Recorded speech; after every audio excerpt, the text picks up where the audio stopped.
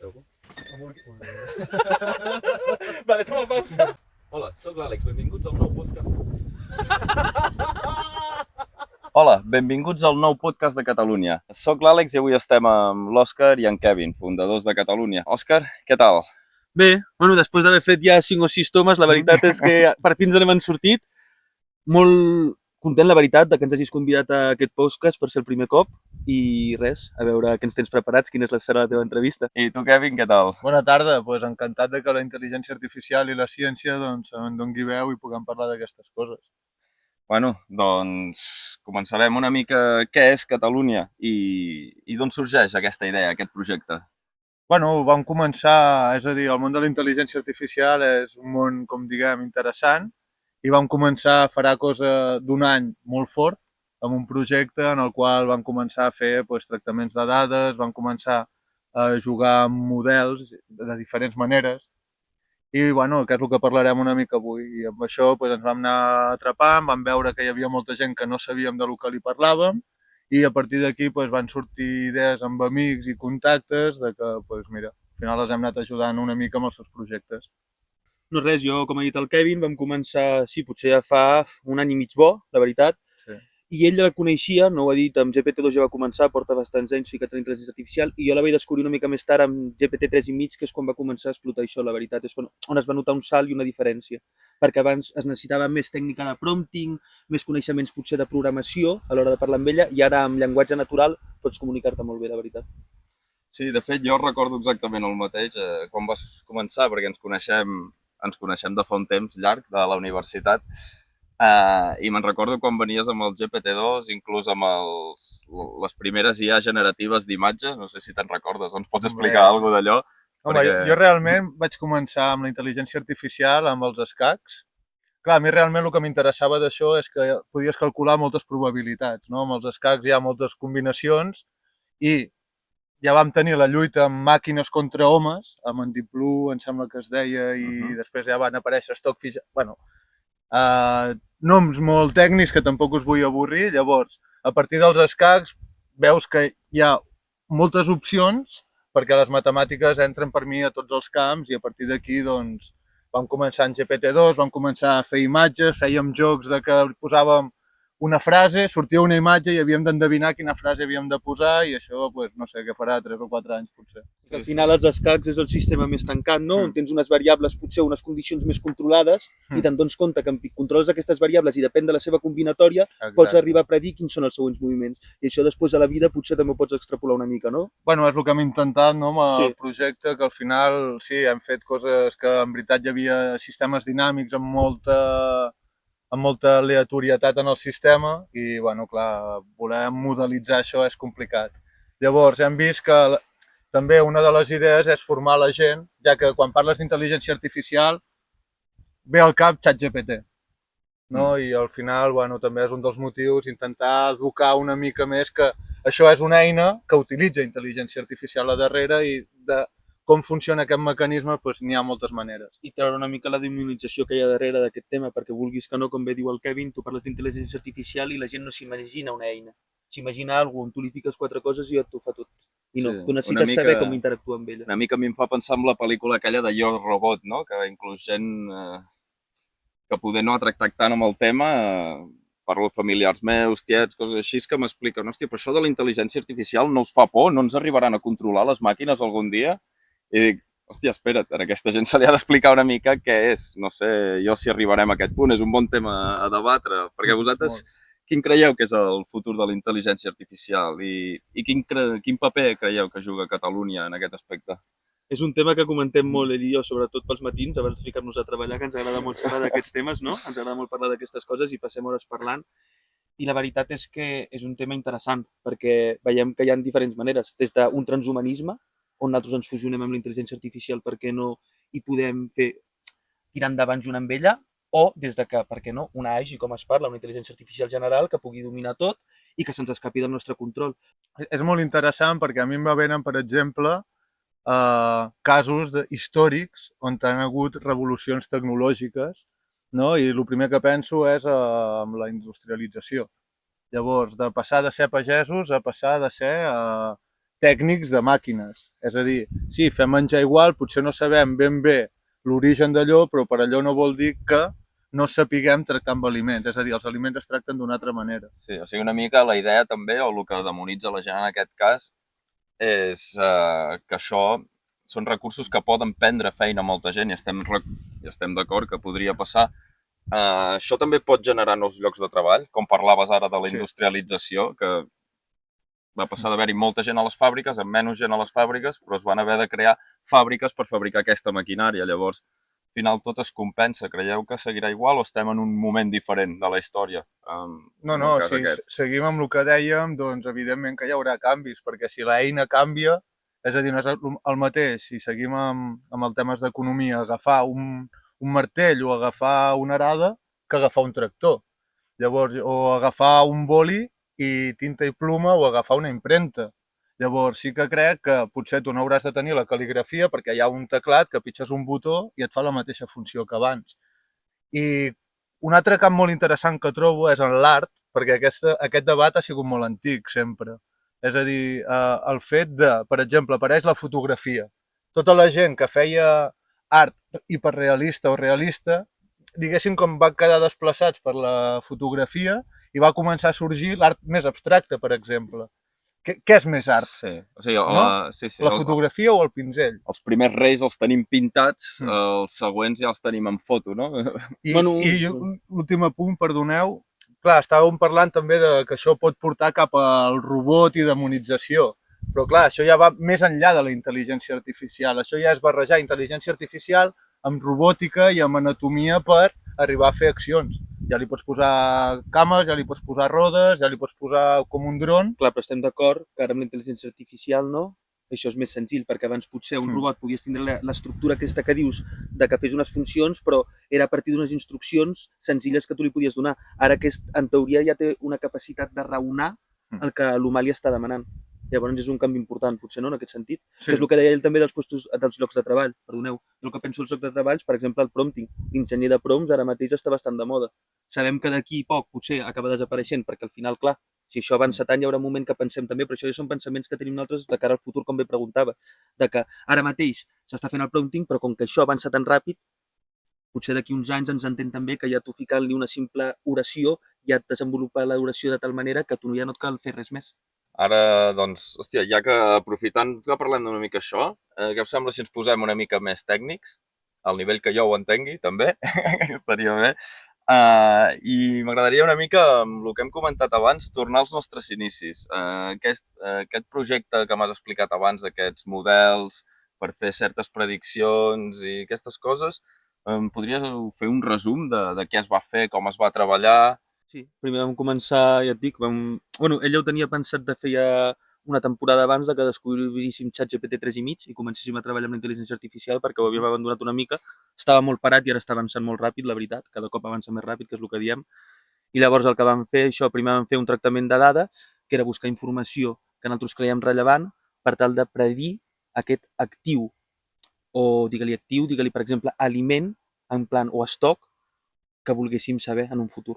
Llavors, nosaltres primer vam fer un tractament de dades, on aquestes dades les hi vam fer diferents formulacions matemàtiques, digue-li físiques, químiques, vam utilitzar ciència, fórmules com la de Schrödinger, per exemple, la velocitat de la llum crec que també la vam aplicar, no? És que en vam fer diverses de variables i llavors, clar, ell s'ocupava d'unes, jo d'unes altres. Jo em vaig centrar, per exemple, més en tot el que seria més indicadors tècnics, no sé si n'has sentit parlar mai, perquè el que volíem era fer una red neuronal predictiva per un actiu, però vam dir, anem a fer-ho el més complicat possible, vam intentar predir un actiu molt volàtil. I llavors, clar, aquest actiu molt volàtil es necessitaven, a part de fer uns tractaments, també indicadors tècnics, també tenia una banda de notícies que no vam poder arribar a treballar i per això potser ens va faltar perquè els models de llenguatge que nosaltres intentàvem encara no arribaven, no? Nosaltres volíem... I eren de pago i al final vam dir, bueno, això com que no sabem encara, tenim molt de camp per anar tirant per un altre costat i si veiem sempre podem reprendre... Ja s'invertirà quan toqui, no? Poder. Però és molt interessant perquè al final, en qüestió d'un any, hem tocat molts de camps i sempre acompanyats de ChatGPT, que jo per mi és com un cotxe pel món de les idees. És a dir, sempre m'ha agradat buscar informació, articles, estar al dia i amb això et facilita molt la tasca. Bueno, de tractament de dades, no? Tu el dels Clar. models ja ho tenies pensat, però de tractament de dades anàvem molt justos els dos, la veritat, i vam aprendre molt. I qualsevol dubte que tens amb modelatge o qualsevol cosa és molt fàcilment aplicar-ho i ho trobes molt ràpid i això pues, dinamitza molt i agilitza molt poder fer pues, aquest projecte que potser fa 3 anys enrere que no hi havia intel·ligència artificial hauria sigut impossible. I per temps, directament per temps, el que nosaltres hem tardat a fer un any sense la intel·ligència artificial, jo crec que tranquil·lament ja només amb el que tardes en aprendre els coneixements i després aplicar-lo, poden ser tranquil·lament una carrera o més. Tranquil·lament jo fico uns 5-6 anyets, i sense exagerar-te, perquè clar, abans havies d'assolir uns coneixements a una velocitat que ara aquesta velocitat s'ha multiplicat potser per 20, pel simple fet que estàs utilitzant una intel·ligència artificial que t'està generant respostes per ella mateixa i està tenint un tipus de raonament a través d'algoritmes matemàtics que jo la veritat no coneixo, això ho domina més el meu company, això parlarà, és la caixa negra de la intel·ligència artificial. Cada cop es coneix més però d'aquest tema, si us voleu que us en parli, la veritat. Doncs sí, i que bé, si ens pots explicar una mica, perquè jo realment, veus, d'això, de la caixa negra aquesta no n'havia sentit a parlar. Vaya marrón el col·legues, Però, no, és algo complicat, és algo complicat d'explicar. Sí, aviam si podem arribar a explicar-ho d'una manera amena, perquè jo crec que pot ser molt interessant. És a dir, aquí el primer plantejament que un s'ha de fer és què vol dir processar informació. Llavors, un cop pots definir això i què defineixes com a informació, pots començar a treballar amb aquestes dades, no? O sigui que el primer pas, per exemple, que fem nosaltres i que es fa per entrenar models de llenguatge és agafar dades i agrupar-les. Ja sigui, per exemple, nosaltres que ho vam fer amb sèries temporals, van ser estadísticament, veure quines mitjanes, jo què sé, el valor del dia o quan canvia respecte d'un mes o... Aquí hi ha la part creativa de dir, vale, quantes variables tinc, quines variables tinc a l'abast i com els puc relacionar. Llavors, amb temes de llenguatge, per exemple, el que es fa és vectoritzar semànticament la informació. Sembla molt tècnic, però vectoritzar vol dir donar una direcció i semàntica vol dir el significat de les paraules. No? Un 5, el número 5 és molt fàcil el que és. 5 vegades la unitat. No? Llavors aquí s'ha de fer com una espècie de mapa conceptual en el qual tu puguis agrupar diferents conceptes, per exemple, tots els colors, groc, vermell, blau, val? La intel·ligència artificial ja agrupa els conceptes d'una manera en el qual estan tots en una constel·lació semàntica. Val? I així tu pots agrupar la informació. Llavors, aquí ja hi ha molta tècnica, no? Perquè hi ha moltes maneres de fer-ho i aquí hi ha la diferència entre un model i un altre. Una altra diferència entre models és la manera en què entrenes això, en com processes això. M'entens? És a dir, tu pots fer un cop tu li passes les dades, tens ja les dades treballades, les passes pel model, tu pots tenir diferents models. Tu pots demanar-li diferents qüestions al model, que faci la millor, la més probable, o que sigui, no sé, les condicions que se't vinguin al cap, o per exemple fer un formulari, o li podries posar qualsevol tipus de condició, sempre i quan estigui reflexat a les dades. Llavors, no sé si s'ha entès una mica, però el que fa la màquina és, un cop tu li passes informació, llavors, quan li passes informació que no ha vist, te pot extrapolar i fer l'activitat. Que això és lo interessant, que ningú li ha ensenyat a fer segons quines activitats i aquests models processen la informació de tal manera que poden fer coses que no se'ls han programat a fer. Seria el més... Bueno, nosaltres ho parlem molt i es parla molt, és el més pròxim potser al raonament humà, no? És que si tu pares a pensar, el raonament humà al final són processos lògics i aquí, si tu ets capaç de fer seqüencialment cada pas, són molt potents. El problema del futur, que és el que veiem nosaltres i ens plantegem el de Jo Robot que has comentat abans... Ara volia anar per aquí, no? Aquests raonaments lògics, aquests raonaments humans, podran les màquines, per dir-ho de manera senzilla, arribar a aquests mateixos raonaments, ho superaran o ja ho estan fent? La intel·ligència artificial penso que no s'apropa, no supera el humà més expert en un camp, però sí que supera la mitjana en aquells camps, ja que la intel·ligència artificial domina de tots els camps i amb una mitjana de quasi nivell universitat pels estudis que s'han fet. Encara no arriba, hi ha llocs que, per exemple, el raonament matemàtic li costa bastant tot el que són operacions, tot el que és ortografia també li costa, definicions que donem naltros com geografia i tal també falla bastant encara, però tot això són problemes, ja et dic, que tard o d'hora s'acabaran solucionant. Per això estem parlant de models concrets o, per exemple, ara que hi ha tants models d'intel·ligència artificial o tantes intel·ligències artificials com ho diem nosaltres, n'hi ha una per a cada aspecte i aquella... Si arribéssim a agrupar, això seria la bomba. Això ja existeix. Això seria una intel·ligència artificial que es diu multimodal, que ara seria GPT-4, per exemple, Gemini 1.5, Cloud Sonnet 3.5, totes aquestes són multimodals ja, i ajunten les diferents intel·ligències artificials que parlaven per poder fer imatges, generar text... Però com tu em dius, tenen certes carències, no? Aquestes estan multimodals però en un nivell mig, no arriben a l'excel·lència en cap camp, o sí. No sé què n'opineu. A través del prompting pots intentar, com millor fas els prompts, que això és un altre tema bastant interessant, no? Depèn del prompt, tu pots treure més suc de la intel·ligència artificial perquè s'aproximi més a l'excel·lència que m'estàs demanant tu. I potser, a través de moltes iteracions i molt de prompting, sí que podries fer-la arribar, però l'excel·lència encara li costa. L'excel·lència acadèmica li costa, no està preparada, penso jo, no sé què pensa ell, clar. És a dir, aquí el que s'està intentant, jo crec, és el fet de que es faci com una intel·ligència artificial base, en la qual és el que diguem, hi ha coses que se li donen millor, hi ha coses que se li donen pitjor, però després, juntament amb el prompting, el reentrenament de models, per exemple, també pots acabar d'afinar per una tasca específica.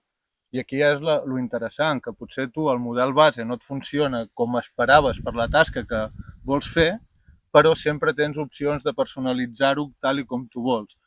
Un cantant, posar la seva veu, una empresa, les seves dates i el formulari d'una manera concreta. El que vam fer amb Stable Diffusion. Amb Stable Diffusion, sense anar més lluny, nosaltres el que vam fer per un projecte que teníem d'una web i d'uns personatges que volíem fer, la vam entrenar específicament perquè reconeixés les nostres imatges i ella creés imatges per nosaltres, sense que aquestes imatges les hagués vist prèviament, agafant un model base. I això és el reentrenament del que et parla el Kevin. Clar, i això és l'interessant, que la intel·ligència artificial actualment semblen que siguin chatbots.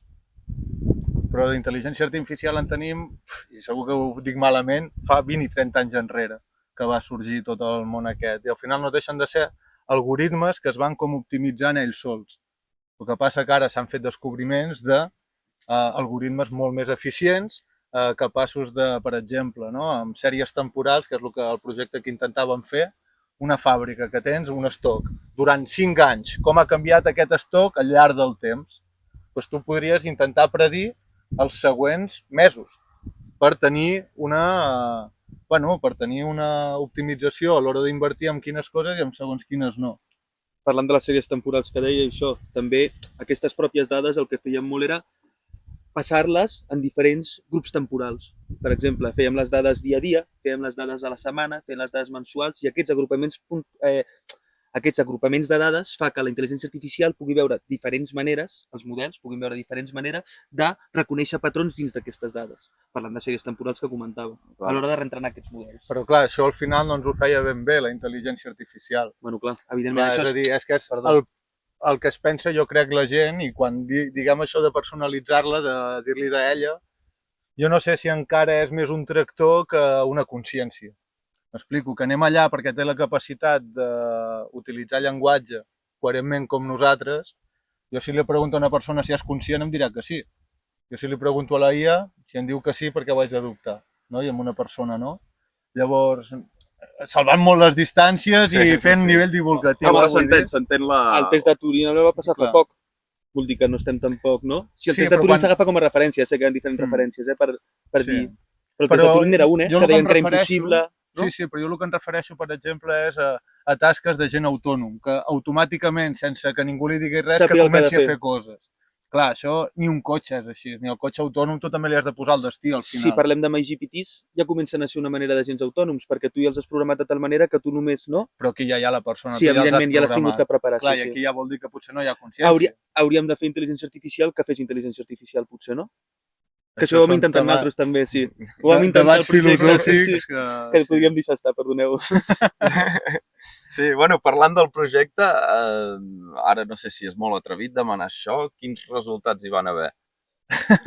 Aquí No, m'agradaria... home, és sinceritat. Hem de tallar? No hem de No, tallar? No, que va, cap problema. Perquè a més són coses que no només a nosaltres, sinó que hi ha molts articles científics que el problema bàsic que hi ha amb les intel·ligències artificials és que dades que han vist ho fan molt bé. A l'hora d'intentar predir, ho fan molt malament. A l'hora de passar-ho a la realitat, vam veure A la nosaltres, realitat. t'ho diré més, perquè quan agafàvem dades antigues i intentaven que predissin la setmana següent que ja els no havien vist, però del passat, ho acertaven, sense ell haver vist aquestes dades Sí, anteriorment. o sigui, fent el típic backtest que es fa exacte, a molt vegades bé. amb actius i coses així, no? Molt bé. Sí, similar. Sí, comprovant amb les dades que teníem que no van passar el model, a veure si anava encertant. A veure si acertava, però aquestes dades ja tenien a la realitat i havien tingut un valor. En canvi, quan ho provem en el moment de que no tenen valor en aquesta realitat, fallen els models. És una cosa curiosa que ens vam trobar, potser també poden ser altres errors. També et diré que vull fer un incís, no ho vam acabar de fer, però ens van deixar moltes coses al plomero per intentar, Vull dir, no vam agafar diferents actius i els vam comparar, no vam fer allò de les notícies perquè encara no ens veiem preparats, tenim molt de camp per recórrer encara. El que passa que va ser un any molt intens, on no vam parar de treballar i vam fundar Catalunya precisament per això, per intentar alleugerar una mica també, fer altres projectes i no quedar-nos estancats allí, però no l'hem abandonat ni molt menys aquest projecte i mai se sap què pot passar, no? Vale, Sí, els resultats dolents. Els resultats dolents, però Bueno, al dolents final és això. o de moment per venir, no? Ell diu dolents, hem après molt durant un any, no? És a dir, dolents, prediccions n'hem fet, però no eren les prediccions que ens esperàvem. És a dir, esperàvem un marge d'error més petit del que ens donaven. Llavors, també sabem que era un projecte molt gros en el sentit de que era molt complicat que ens sortís perquè hi havia molta aleatorietat. Bueno, parlant clar i català, amb un actiu que el seu valor és $30.000, l'error que a nosaltres ens donava els entrenaments era de 0,25 cèntims, perquè vegis la diferència. I després, a l'hora de passar-ho a la realitat, ens pujava fins a 250, que va ser la millor predicció que vam treure. Bueno, sí, que era una altra magnitud totalment diferent, no? Ah, exacte, a l'hora de passar-ho a la realitat. Estem parlant de molts zeros de Quan- magnitud. Quan en veritat aquests models, en principi, tu els entrenes i quan tu els vas entrenant, ho van fent amb dades que tampoc han vist. I aquestes dades els fan bé.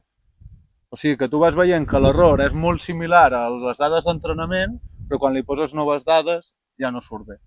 Aquest és un dels problemes bàsicament que es troba tothom i pel qual està evolucionant la intel·ligència artificial. El que passa que actualment el boom que hi ha hagut ha sigut pels models de llenguatge. Aquí ha sigut on hi ha hagut l'explosió, perquè entenen realment el que els has dit quan la seva feina principal és encertar la següent lletra. La tasca era encertar la següent lletra més probable i a partir d'aquí han desenvolupat, bueno... El que coneixem ChatGPT, no? Per Exacte. posar l'exemple més... No ho veus com si és que tothom ha provat, ha vist i sap Exacte. una mica com va, no? Sí, ChatGPT és el pioner. Jo, Ara fa poc... Un incís, Digues, perdona. sí. Clar, ningú ho compara com a... ChatGPT ho comparem més com amb una consciència que no pas el que és un suggeridor de paraules com el WhatsApp quan estàs escrivint. Això és bàsicament el que fa amb un nivell automàtic d'anar fent moltes inferències. Tot i que ara amb la multimodalitat, no? Ja comença a fer altres tasques, no només predir la següent paraula, que no deixa de ser el mateix, No deixa de ser predir el següent token, el següent punt, el següent... Puc posar el titular. El següent píxel? GPT, la nova generació de WhatsApp, no? Alguna cosa així. Si t'agrada això, si aquest és el titular que t'ha donat ell ara, està bé. Bueno, sí, una coseta, que estem parlant de ChatGPT ara, en veritat, i ara fa poc, parlàvem l'altre dia que hi ha un benchmark que ha sortit on avaluen les respostes dels diferents intel·ligències artificials, gent, sense saber qui ha fet aquesta resposta, si l'ha fet Gemini, si l'ha fet ChatGPT, i Gemini per poc va superar Gemini 1.5 Pro, va superar per poc a ChatGPT per primer cop. Per bastant. Per bastant, doncs mira. És a dir, em sembla que entre el primer i el segon, que era Gemini i ChatGPT 4.0, sí. hi havia 16 o 26 punts. I entre el segon i el tercer n'hi havia 8 o menys de 10. Que era ja un GPT, O sigui, el tercer ja era un GPT un altre cop, però Gemini 1.5 no? Sorprenentment, És el primer cop que una altra empresa, parlant ara així, una altra empresa supera Que OpenAI. sapiguem nosaltres, sí. Que sapiguem nosaltres, sí. Almenys amb aquestes proves publicades, no? Sí, no, 100%. I aquí hi ha un altre debat, que també s'estan fent molts articles científics al respecte, que és això dels benchmarks. Què és un benchmark, no? És un examen. Si tornem al mateix exemple que us posava dels escacs, al final, com comproves tu que AlphaZero va millor que l'humà? Doncs guanyant, no? Si guanya és que ha fet una bona partida. Llavors, és un test.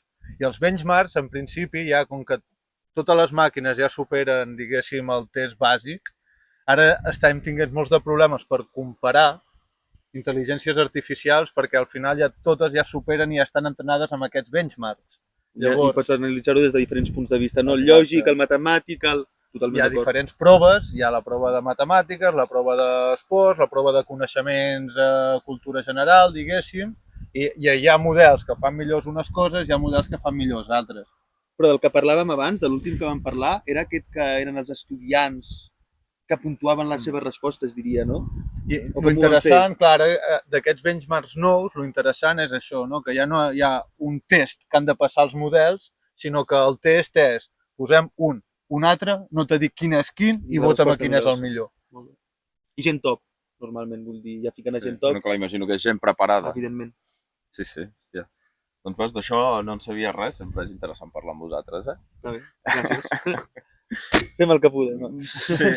Doncs bueno, us anava a demanar una conclusió de tot aquest projecte que estàvem parlant, però la conclusió és que està pausat, no? Llavors, jo tampoc voldria ara anar a buscar aquí gaire més cosa i no sé si teniu alguna més que us agradaria parlar, així d'iniciar una mica o iniciant a la gent o explicant aquestes coses d'intel·ligència artificial. Ja podem quedar una mica amb els... perquè hem parlat molt, ens n'hem anat una mica cap al camp tècnic i parlem molt de models de forma plana i lleugera. Podríem explicar què és un model? Llavors, un model seria el que diguem, tu tens unes dades, aquestes dades passen per una caixa negra i et donen un resultat. No? És com tu tens una màquina en una fàbrica, li poses els ingredients i te surt el pastís que tu vols. No?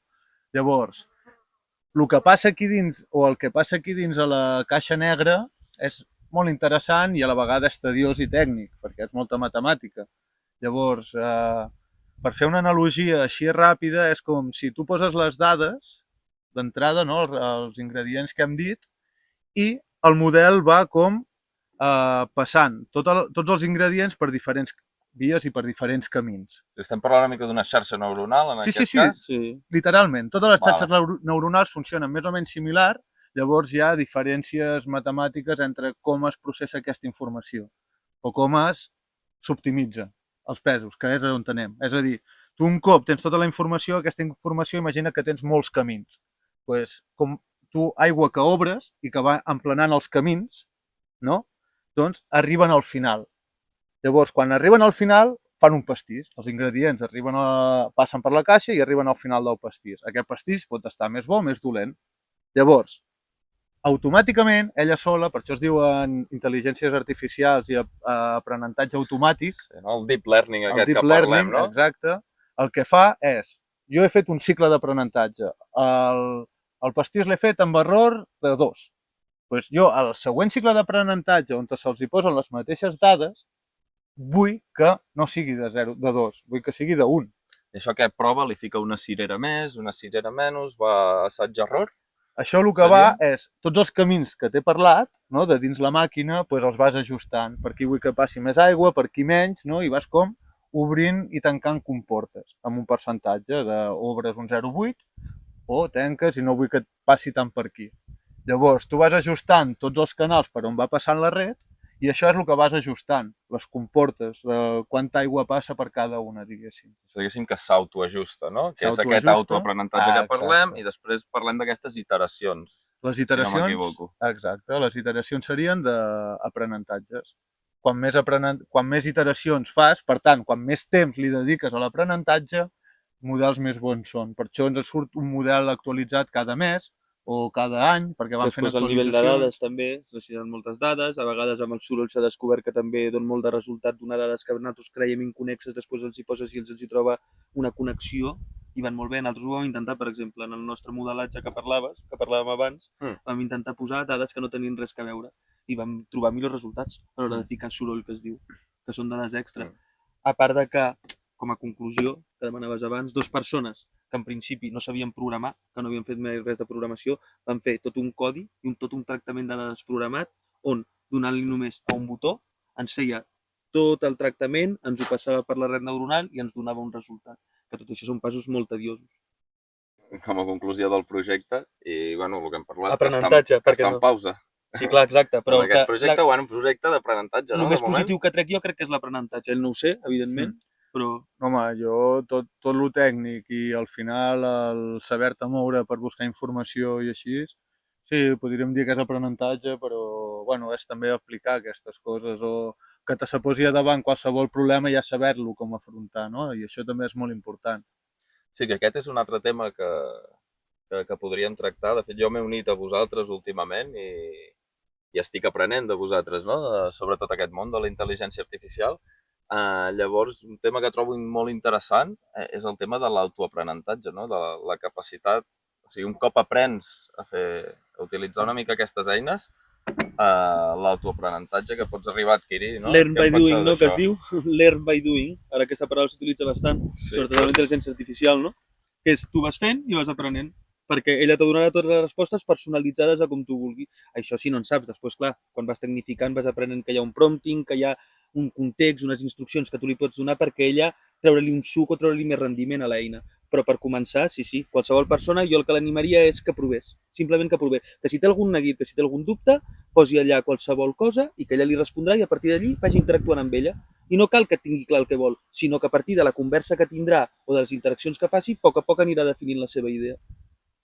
Vale. I si tenen algun dubte, ara aprofito aquí, posaré el cartell publicitari, no? Si tenen algun dubte sempre poden entrar a la web i consultar-vos, veritat? Sí, tenim una web, també les redes socials comencen a funcionar ara, i la veritat és que a poc, no? Tot Sí. va avançant. Hem fet ja un curs, per exemple, a Reus, no? Va estar molt bé, Va anar tu vas molt bé. venir, era un dels Sí, principis jo que ja vas era començar. I sí, la veritat, jo animaria la gent que si té ganes d'aprendre intel·ligència artificial a un grau més personalitzat, ja que nosaltres el que oferim també és això, és un cara a cara, una reunió telemàtica, no donar-li el curs i ja està, i té ganes d'avançar, jo contactaria amb nosaltres Sí, de sense cap tipus de dubte. De fet, hi ha un curs així d'iniciació per començar a aprendre una mica aquestes eines i tot això que hem parlat una mica més d'iniciació, doncs, bueno, deixarem un enllaç aquí sota bueno, per aquest curs d'iniciació i és totalment gratuït, si no m'equivoco, no? És De gratuït, moment. sí. No, és gratuït i la intenció és això, que la gent comenci, no?, a agafar una mica de pinzellades de lo que seria la intel·ligència artificial i la primera presa de contacte, que és superimportant, no? Home, al final, inclús quan ens van ensenyar a utilitzar el Word, l'Excel, el PowerPoint, han d'ensenyar els menús, encara que sigui una cosa tediosa, doncs és una nova eina que ens han posat en aquest segle, a la nostra generació, i com tots els canvis, al final tant ho pots agafar com una oportunitat com que em venen a treure la feina. La metàfora, bueno, la comparativa que utilitzem sempre tu i jo, no? Quan va arribar l'ordinador. L'ordinador amb la màquina d'escriure... Als 80, jo no parlo de la nostra època, parlo d'abans del 80 al principi, que la gent pensava per què vull jo aquest trasto, de què ens servirà aquest La trasto. màquina d'escriure va suplir el boli, l'ordinador a la màquina d'escriure i ara estem en una Anàvem altra... perfectament per aquí. Simplement són avenços tecnològics, no, al final? Sí, i lo interessant que dèiem de l'autoaprenentatge al final és que si jo per mi, jo he estudiat química, no he acabat la carrera, però sempre m'ha agradat molt aprendre i sempre del que m'he queixat és que el pla d'estudis, diguéssim, ha sigut molt rígid, per tots igual, un professor per 30 alumnes, i això ens dona una oportunitat per tenir un tutor sempre per resoldre dubtes. Sí, pot haver-hi un temari general amb un professor igual i 30 persones, però després tu, al tenir la capacitat de tots els dubtes, no haver-te d'anar a la biblioteca a buscar el coneixement, estar-te una estona allà buscant el llibre i a dins el llibre on està la informació, ara tot aquest pas és saber com has de interactuar amb ChatGPT a l'hora de buscar la informació. Ja no és anar a la biblioteca, ja no és anar a Google, doncs són maneres noves en el qual hem de no memoritzar i escopir, com hem fet tots en tots els exàmens, sinó jo per mi, que tinc aquesta part més romàntica del coneixement, doncs aprendre autodidàcticament per la curiositat que te puguin generar segons quines temàtiques. Completament d'acord amb ell. Completament d'acord, a més, perquè crec que és això. Has de ser lo suficientment curiós tu perquè t'ensenyi, i és un tutor, com diu ell, personalitzat, ja que si tu li vols parlar d'un tema més senzill, ell s'adaptarà a tu, perquè tu li pots demanar, sisplau, em pots dir això amb un grau més senzill? O em pots parlar amb un grau més col·loquial? En canvi, si vols alguna més complicat, sempre li pots demanar alguna més per exemple, a un nivell universitari, si tu a ChatGPT li demanes que et parli en un nivell universitari, ja veus que puja i són més tecnicismes com et parla. O sigui, ja veus, ara estàs donant un tip de prompting, no, dirien? És una mica... No, sense anar més lluny, una de les coses més importants que vam utilitzar, i al principi ja només començar, perquè una de les coses que vam fer ell i jo era posar a parlar ChatGPT entre ell. Vull dir, crear diferents personalitats, actua com a expert en informàtica, actua com a expert en matemàtica i actua com a expert en màrqueting digital. I que els tres comencessin a parlar per tal de formar un negoci. I és una manera de donar-li, se li diu roleplay, aquesta tècnica, diria. Que el que li estàs donant és un rol a cada... Si perquè ella sàpiga en quin camp s'ha de centrar, és focalitzar, és contextualitzar a la intel·ligència artificial perquè vagi on tu vulguis. O sigui, que tens una diana gran, tu tens la diana gran i tu vols que vagi al centre de la diana. Doncs tu li fots context perquè apunti al centre de la diana, no perquè se'n vagi als altres voltants que a tu no t'interessen, més o menys, És que aquí me podria explayar perquè és, a més, un tema que m'al·lucina. Sí, de fet és algo que començaríem a parlar, estem al principi i no acabaríem mai.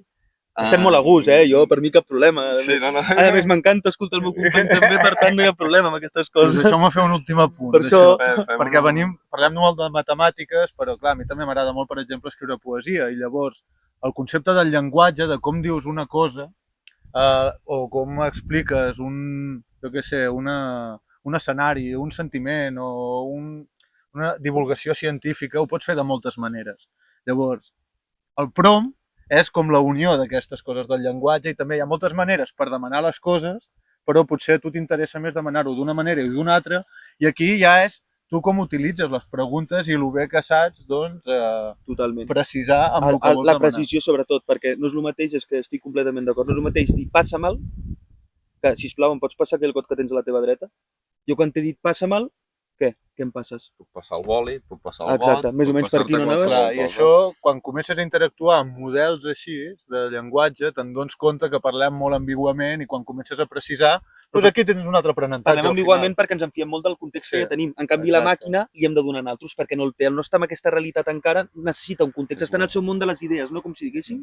És el que parles de focalitzar en aquesta diana, no? Seria la idea. Sí, tenim moltes metàfores. No pararíem de tirar-te metàfores. Està bé perquè potser és la manera...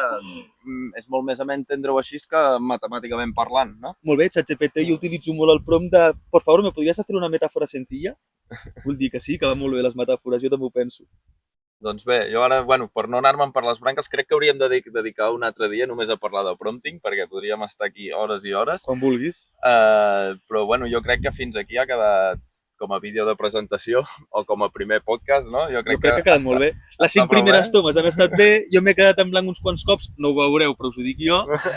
I bé, què penses? Home, jo molt bé, tot el que sigui friquejar de conceptes o de mates o d'IA i que la gent ho entengui.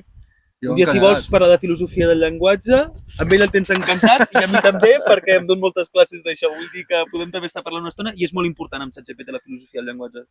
O no? Sí, la filosofia al final, això és com tot. Al final hi haurà gent que voldrà utilitzar ChatGPT perquè li tregui les castanyes del foc, no m'expliquis històries, ensenya'm tutorial i com fer tutorials, que aquesta és una altra.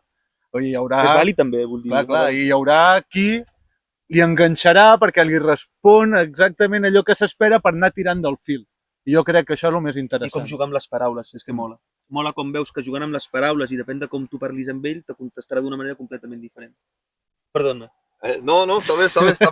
No, perdona, perquè veia que volies tancar i... No, podem estar aquí, mira, abans no es posi a ploure, tenim estona, em sembla encara, comença a córrer una mica d'aire, però també va bé. Guardem-nos alguna cosa, no? Guardem-nos alguna cosa. Pot dir, guardem-nos alguna cosa perquè sí, perquè marxaríem per les branques i ens podríem estar aquí hores i hores. Doncs fins aquí el primer vídeo o primer podcast, digueu el que en vulgueu. Us molestarem per aquí. Sí, espero que si heu arribat fins aquí ho heu trobat interessant, ens ajudaria molt, lo típic, ara esperem una mica els youtubers, no sé si en sabem d'això gaire, però haurem de demanar-vos un like. I subscríbete. O si no, si ho voleu compartir, deixar algun comentari, algun tema, si heu començat a trastejar una mica amb la intel·ligència artificial i us agradaria saber alguna més, sisplau, deixeu els comentaris. Si teniu alguna cosa dit sobre el podcast, alguna opinió, si és bona, deixeu-la, si és dolenta, encara més, sisplau. Crec que ens ajudaria bastant i seguiu-nos a les xarxes, deixaré Per aquí sota deixarem tots els enllaços i, bueno, em sembla que fins aquí. Moltes gràcies si heu arribat fins aquí, moltíssimes gràcies per l'atenció. Gràcies a tu per convidar-nos també, Àlex. I, bueno, i a vosaltres per estar aquí amb mi. Gràcies a tu també, company, per haver vingut. Ha estat bé el debat, eh? Molt. Has estat a l'altura.